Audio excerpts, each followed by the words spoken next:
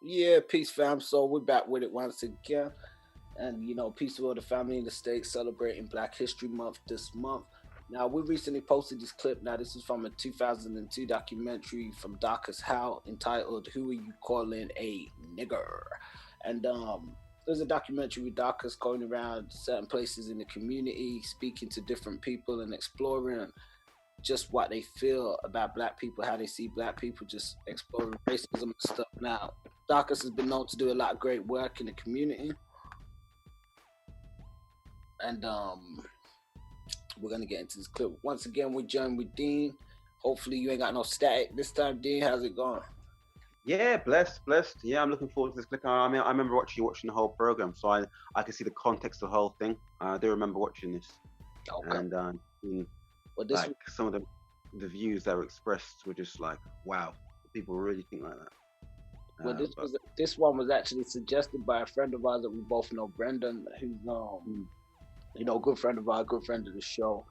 I've been trying to get him to appear. He says he don't mind being mentioned about the topics and stuff, but he said nah, not just yet. But so peace to Brendan and that stuff, and we'll be discussing some more topics that he suggested as well. One of them being mental health as well, which we feel is a huge stigma within the UK and stuff as well, and especially amongst black people and black communities, just the lack of support, the lack of understanding, and sometimes even the lack of help from the system, whereas other people who face different type of afflictions, especially when dealing with mental duress, are afforded more support from the system in ways that help and benefit them, where others are left to suffer in silence at the same time, so that's something we're going to explore. But sticking with this topic, we're going to get in this video. We've got a short clip from Darcus's documentary that he did, and in this clip, which you can find this on the DOATBM channel, he goes in and he speaks to members of the Asian community around the Warsaw, West Midlands area, not far from Birmingham. So we'll check out this clip and then we'll fire up with the conversation.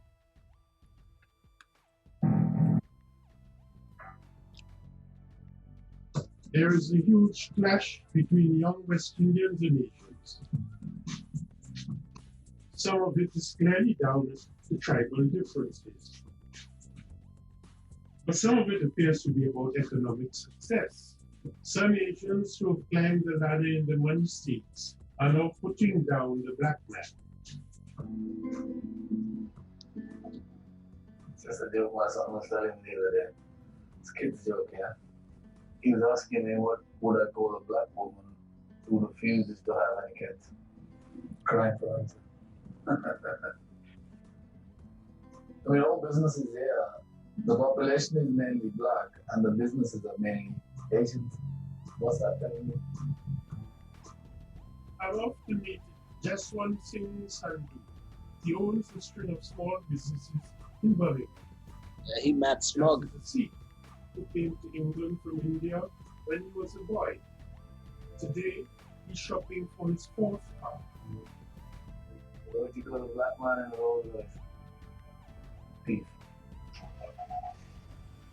He just feels I can't that believe the the West Darcus Indian community, unlike the Asians, have failed economically. Would you say the gap between us and the West Indians in progress is acceptable? Well, I never look at what other people have or don't have. Jeez! That's not the way I conduct my life. That's I'm the second generation, as far as I know, the second generation of West Indians quit a long time ago. They did what? They quit. They didn't want to do a day's work. Apparently, the white man don't give them jobs. It's funny how we get it. What I hear is that you work from morning to night. Who's that? The Asian? Yeah. So what's wrong with that? Well, they have the love highest money. percentage of heart attacks in the country. Well, would you rather a guy who's lazing around all his life doing wrong? Who lazes around all their life? I don't know. The black people of my age are lazing around. I can't understand how does any community explain grown young men walking around at 2 o'clock in the afternoon? Don't they have a job? Don't they have anything to do? We drive around, but it's all connected to business. a lot of illegal business too. What Jazz is really telling me is that the West Indians' poor economic performance justifies his prejudices. I've never thought I'd hear this from an Asian brother. Okay, so that's a short clip right there. I'm trying to actually locate more of this documentary. If anybody has any more clips of it, send it in. Now, the reason that clip was sent to us is a lot of times we hear about racism, and, you know, oftentimes, you know, what's always, you know, duly attacked with racism because we understand the function it works under with racism and white supremacy. So, you know, there's always this understanding of racism and attaching it with white people or so-called white people. So even myself, sometimes I feel as though white people get a lot of negative flack because, you know, we've conducted interviews with white people in the past. We've got friends who are white. We know white people. You know, we don't just live on the planet amongst just ourselves and that's it. So, and as you know, we live amidst white societies in the Western world. So it's not like we're not in any encounterance with white people. And we know that not every white person carries out the modality of racism or even the mentality of racism at times, you know. So with that being said, I feel as though they get a negative slant a lot of the times where people just think racism and they always think white people. And as this clip suggested, why it was mentioned to us is people say us as black people experience racism from every other type of race, not just white people, you know, Asians and stuff included. So this clip was brought to us, and as we see in the clip, it's the Asian community speaking about the black community, you know, or just one of the guys from the Asian community speaking his thoughts. So, what did you think of that clip? I know you've seen the full documentary, but you know. Yeah, I've seen the full documentary, so I can see the context of the whole thing. And believe me, that wasn't the worst thing that was said in that documentary I watched. It was about 15 years ago now. That's the first thing to mention. So, I mean, that's almost a full generation ago. I think it's around about 2005. This documentary was something like that. So, you know, it's almost a full generation. Pardon? Yeah, I think was it 2002 or something? I don't know. But... Well, maybe 2002. I remember seeing it. It was before it was when I was a teenager. All I remember was like watching it. I mean, ultimately, I don't think when it comes to racism and stuff, which is, you know, something we're going to explore a lot over this Black History Month period. And, you know, one of the things we've got coming up is going to be exploring MLK, you know, who's a man who was, you know, we think of the MLK and we think of the dream speech and stuff, but he was more than a dreamer. And oftentimes we think, have things changed since those times? So just like you saying this was 15 years ago, that's still really a smidge of time. At the same time, have things changed that much in people's mentality and how they view black people? Because I wouldn't think too much has changed. And even from my experiences with some people, even as of recent years, I'd say it's still probably the same. Yeah, I mean, obviously in the whole scheme of things, 15 years or 18 years or however long ago this documentary was, it's not a long time. But what I would say is that the younger generations are kind of growing up together more.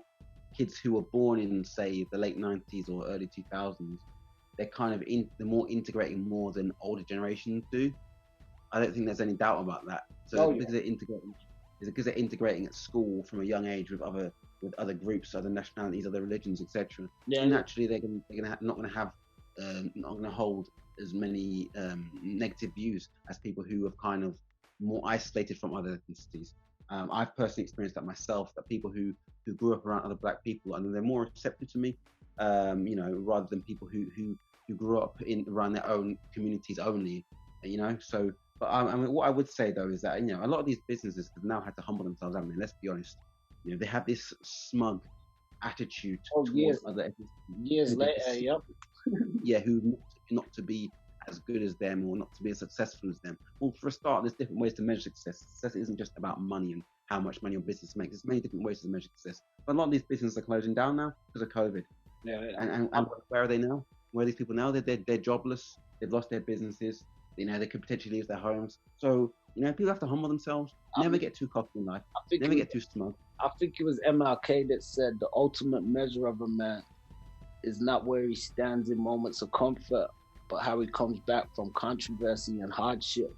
So, you know, you mentioned a few great points, with one of them saying that, you know, just years going on, yes, it is a small smidge in time, but there have been new generations, and those people who have grown up amongst each other, especially in the UK. I know some white people in the UK going back generations, and they will say, you know, what their experiences was like when the Asians came and how they was, and then, you know, the difference between, let's say, the Sikh community and the Muslim community, and because I think they said the guy in that speaking was a Sikh and stuff. I think they said that.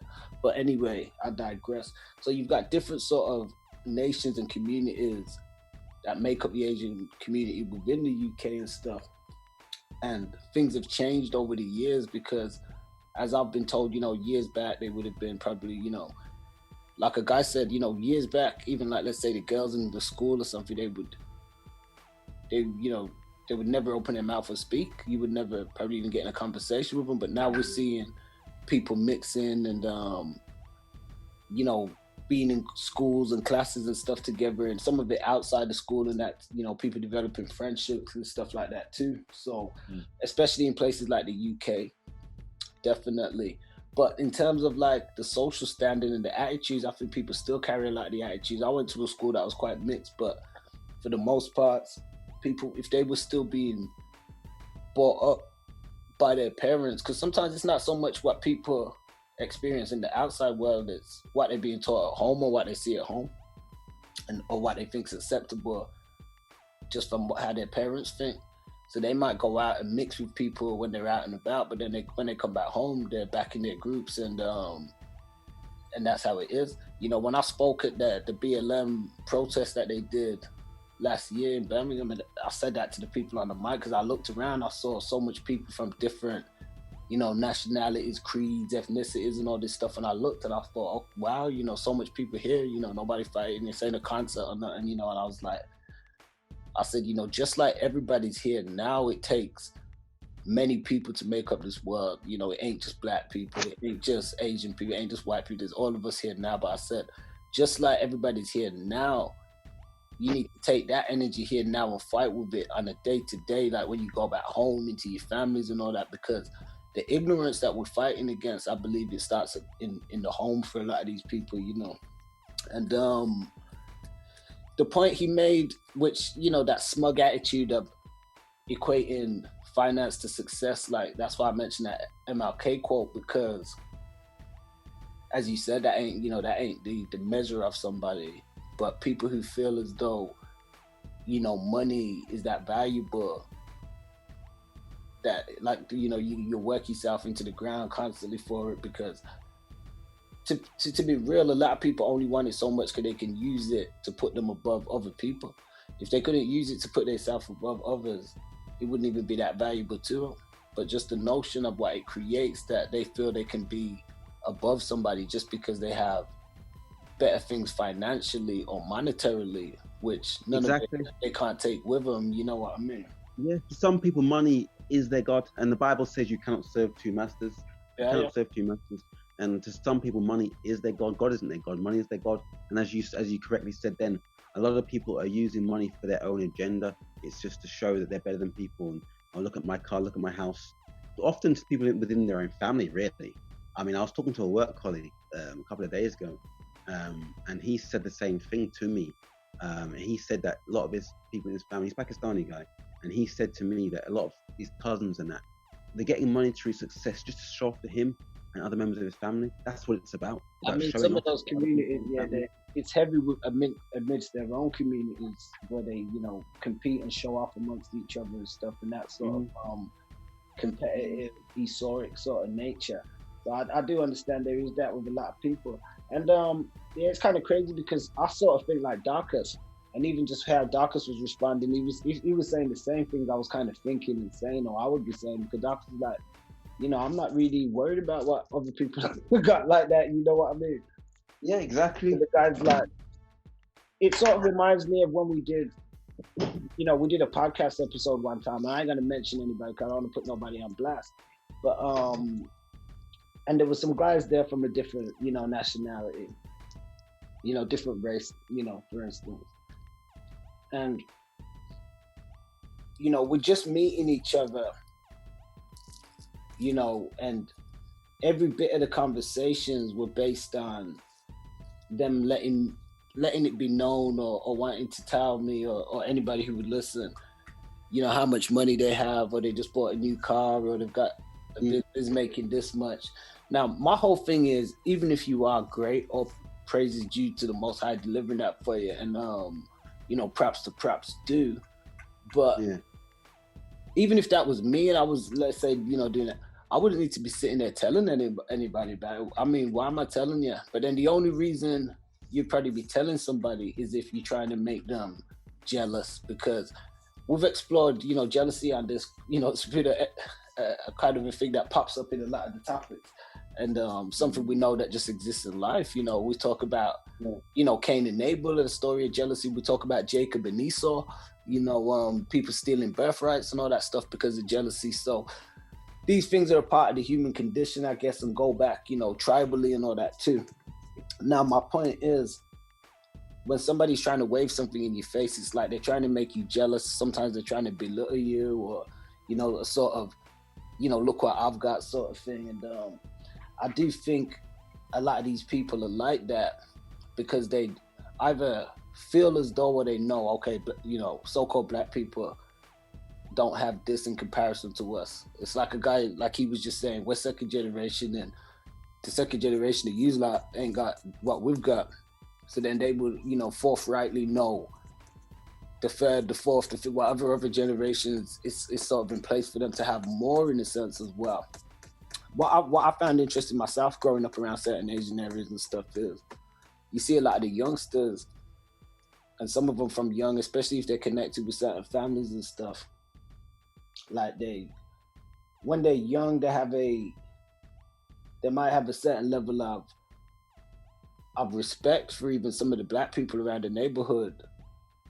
But once they get to a certain age, they lose that quite quickly, because the same thing that this guy suggested, like that snooty attitude that this guy had, some people in these communities now carry, and he was an old guy then, you know, he looked about like in his 40s or something, but, you know, but now that kind of mentality, I'd say people within those communities are having in like their teens and their 20s, you know what I mean? Exactly. Because it's the generations have changed, and the generation gaps have changed on a holistic scale, especially when we're talking socio-economically. You know, we recently heard a whole lot of hoopla last year, you know, around the BLM subject, and it was, you know, people coming to admit that systemic racism was actually a thing, not a mythical thing that black people have been speaking about for years and stuff. You know, there was little talks of, it actually has been harder for black people to, you know, start businesses and set up this. So when guys like this drop those sneaky little comments, like black people haven't tried to do anything, black people have done a lot of stuff. Black people are some of the most productive people on the planet. If they wasn't, I wholeheartedly believe the planet couldn't function. Like, I've traveled this world and went to many places, and when I've gone there, I've seen black people, even if it's working in service, even if it's working like as a waiter, whatever it is. So there's multiple forms of functions of even society and business and jobs that black people work in. It's not just defunct black people. When you travel the States, most airports you go through, it's damn near black people working in there. You can't go through Chicago or almost any airport is full of black people, you know what I mean?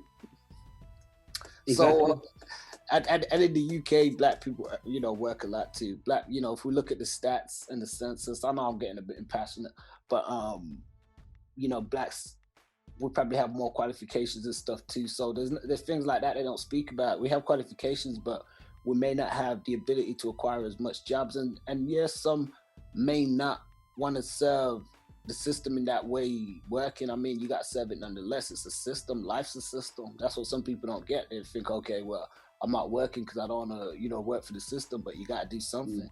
You got to build. You got to do something for self, you know, and I don't knock some of these others that do something for themselves, but what I do knock is the snooty attitude of thinking you better than other human beings, because if you're in a better position in humanity, it's your responsibility, I should say. You are responsible to help others. Yep, and not just your own. You're responsible to make humanity better for whoever's around. So if you live in a community and your community is there's different nations around there. You shouldn't just usurp the resources and just use it just amongst your own people and stuff like that, and not do anything to support others within the community and stuff like that. I think that kind of mentality is wrong, and I think we see a lot in the UK, not just towards black people, but sometimes even from Asians towards white people. Because when they first had the immigration from the Commonwealth countries in the 60s and 70s, I know our grandparents came in the 50s, so they were kind of the first ones. But it started at a slow pace, immigration in the 50s, and it picked up rapidly in the 60s and 70s.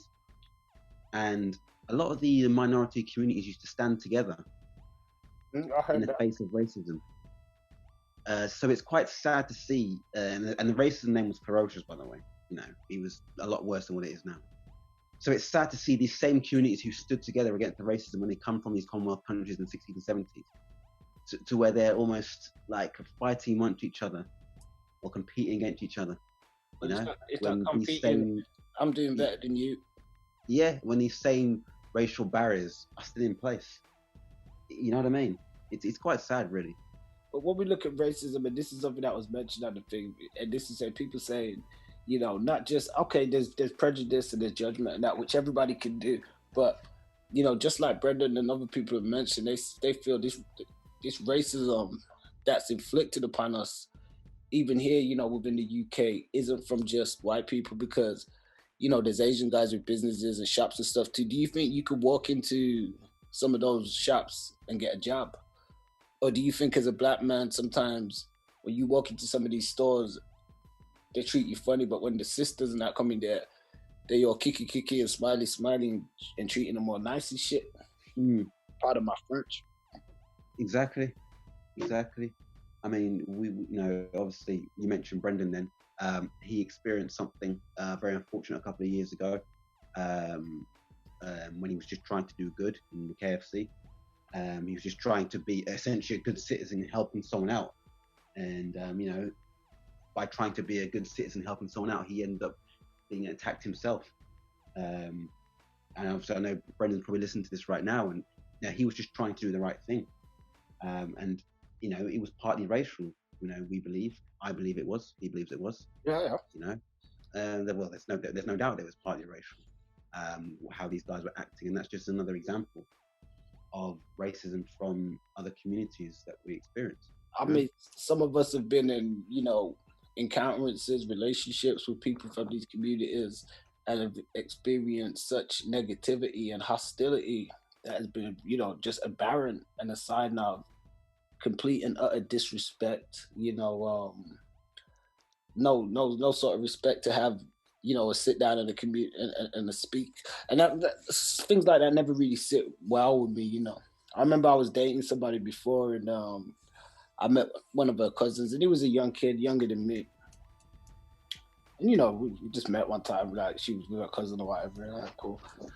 And I think he was in school at the time, so he was like a school kid. And then I spoke to her at one point after, and she's like, "Oh, my cousin said, he likes you." My cousin said, he was like, "Oh, he's all right," like to say he's nice, or he's all right for, for a nigga. Right. There you go. And I was like, wow, and that was like a school kid that I met. And it's like the same thing I was saying to you earlier, where I made the point where I said I think that mentality has shifted from even guys like that guy who was in the clip to a lot of youngsters now who are at that age feeling like, oh, he's just a nigga, like, no value. They don't really see no value in black people or so-called black people. Maybe in the women, because there's, things they can gain, and, money in that too, because, especially with like the hair shops and things of that nature, and just stores in general.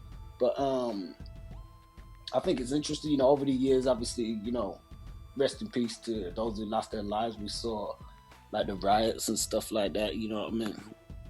Definitely. I remember speaking out on them, when they was going down, Yeah, I remember speaking out. I remember. Yeah. I'm fallen soldiers, man. RIP to the fallen soldiers. Yeah, Isaiah Young, somebody, you know, and there was I think some Asian guys that, you know, that lost their lives and stuff as well. So it was quite a turbulent time then in the city. But when we look at that kind of tension, I know it's died down. Somebody was, you know, I was talking to somebody, you know, on the same sort of topic, and they were saying, well, you know, the racism that we experience, I should say, or that exists from other races, they say it exists like it exists with white people, but they say it's not, bear with me, it's not as bad. Like in the aspect of, they know that these people don't like them, but they feel as though they won't really do anything about it. They're more just, they won't like them, but just like, that's where it stays, you know what I mean? Like, whereas they feel with white people now, they know that they don't like them, but they feel there's more of a level of something happening, they're going to be attacked, or there's going to be, you know, some kind of altercation or stuff like that. Whereas they feel, okay, if they live in an Asian community or something, they can feel ostracized by the people and know that they don't like them, but they don't necessarily feel there's going to be that kind of a physical threat unless there's, you know, an altercation with them, because generally they will keep themselves to themselves. And if you keep yourself to yourself, that's pretty much it, you know what I mean? For real, no doubt. So I don't know, what do you think on that? Yeah, I agree. Generally, you know, if you keep yourself to yourself, keep your head down, and stay out of people's business, then, you know, you should be okay within certain other communities. I do genuinely believe that. Let me see if I can play this clip. This is an old clip. This is an old clip where I was talking about the riots. I don't actually remember what I said. So this is 2011. So yeah, Aspen, you know, cohesive community. I mean, got young people out there. Still got young people inside the community. You know, watch the news, know that the criminalized youth. You know, they got that saying that, oh, that making this out the West. They're not questioning the news. Black people being accessed by the funds. You know, we're accessing the first definition of the same time we're accessing to defending you. We're not defending violence, defending our brains. What we are to people have a story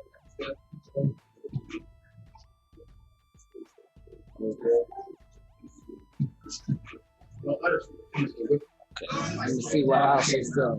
You look at three Asian girls that laughed at life. Came out. And spoke to the community, you know what I mean? And requested for peace. And if that was, you know, if that was the other way around, we got our youth out there, violent out there, body, who would be able to step up to speak for that, you know what I'm saying? So, you know, say, can you step up? Yeah. Okay, the audio ain't really great, but I was wondering what I said. That's back 2011, around the time of the riots. And yeah, I think I was just speaking in volume to, you know, just some of the issues within the community, and just putting over the fact that, you know, there is peace amongst people. And it's when people put out, one of the things we always talk about, and this is when people with dangerous mindsets, when they put out, you know, certain opinions, and it was like I was saying earlier, and those opinions, even though we're sharing that on camera, people have those opinions in the home and stuff, and, you know, when they get home, or what they say behind closed doors and stuff, and those things are what get passed down to the next generation, you know what I mean?